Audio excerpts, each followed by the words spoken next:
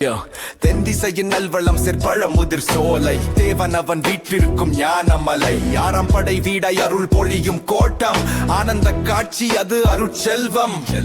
இயற்கையின் எழில் கொஞ்சம் இடமதிலே இறைவன் அவன் அருள் பொழிந்திட காண்போம் வேலேந்தி வீட்டிற்கும் வேலவன் அங்கு வெற்றி வேல் கொண்டவனின் திருக்கோலம்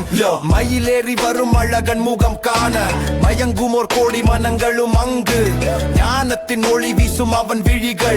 நம்பிக்கை தரும் நமக்கொரு நல்வழி சரவண பொய்கை புதல்வன் அவன் சண்முகனின் அருள் பெற கூடிடுவோம் அவ்வை எனும் பாட்டியின் அருந்தமிழை அறியவே வேடம் பூண்ட பாலமுருகன்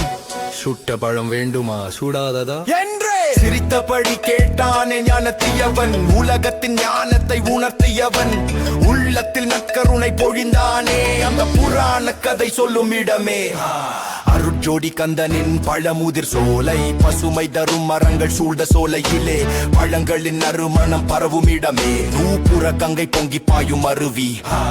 நீராடி மனம் குளிர்வர் பல்லாயிரவர் பறவைகளின் இன்னிசையும் கேட்கும் இடத்து பரம்பொருளின் நாசிகள் பொழிவதன்றோ சந்தன மரங்கள் சூழ் தரும் சோலை சாந்தம் தரும் மனதுக்கு இன்ப சோலை கந்தன் என்ற பெயர் எடுத்து பக்தர்கள் கூட்டம் காவடியுடன் வருமே கண்டால் கழிக்கும் தைப்பூசம் கந்த சஷ்டி திருவிழாவில் தாளங்கள் முழங்கிட திருநடனம் வேளமுகத்தவனுடன் சேர்ந்து வேண்டியதை அருளும் எங்கள் வேலவன் வேலை வணங்கி வரங்களை வேண்டா வேண்டும் மட்டும் அருள் பொழியும் வேலனே வேலை வணங்கி வரங்களை வேண்டா வேண்டும் மட்டும் அருள் பொழியும் வேலனே பழமுதிர் சோலை பரம்பொருளின் இல்லம் பக்தர்களின் வாழ்வுக்கே அதுவே துணையும்